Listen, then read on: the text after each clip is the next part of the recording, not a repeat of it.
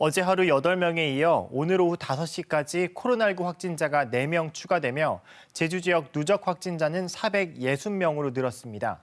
오늘 23명이 퇴원하며 오늘 오후 5시 기준으로 격리 중인 도내 확진자는 123명으로 집계됐는데요.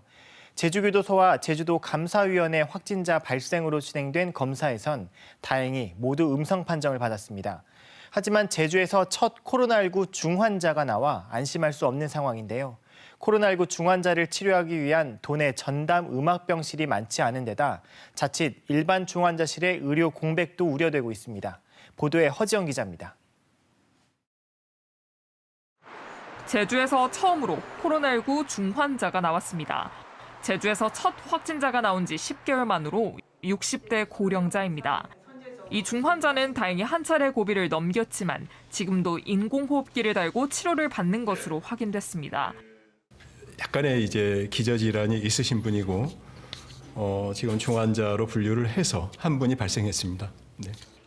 오늘 오후 5시 기준 제주에서 입원 치료를 받는 확진자 123명 가운데 60살 이상 고령자는 37명입니다. 확진자 3명 가운데 1명이 고령자인데 중환자를 치료할 도내 전담 음압병실은 제주대병원에 11개뿐입니다. 중환자가 늘어난다면 도내 의료 인력이 이를 감당할 수 있을지도 걱정입니다. 중환자가 나오면 전문의 1명이 환자를 집중 진료해야 하는데 코로나19 중증 환자 전담 치료병원인 제주대병원 감염내과 전문의는 2명뿐입니다. 게다가 코로나19 중환자는 일반 중환자의 서너 배 이상 관리가 필요해 일반 병동 중환자실 간호사들까지 투입해야 합니다.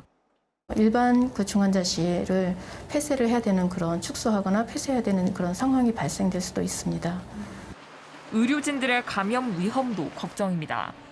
이제 중환자를 케어한다는 거는 인공호흡기 달고 이제 가래도 계속 뽑아주는 상황. 그러면 계속 바이러스 노출이 되는 상황이거든요. 그러면 그 의료진이 감염될 위험이 커져요. 제주도는 고령 확진자의 대다수인 한라사우나 관련 확진자들이 하나둘 퇴원하고 있고 다른 지자체와 비교해 고령 확진자 비율도 낮다며 크게 우려할 수준은 아니라는 입장입니다. 하지만 혹시 모를 중환자 증가에 따른 의료 공백 우려에 대해선 뾰족한 대책을 내놓지 못하고 있습니다. KBS 뉴스 허지영입니다.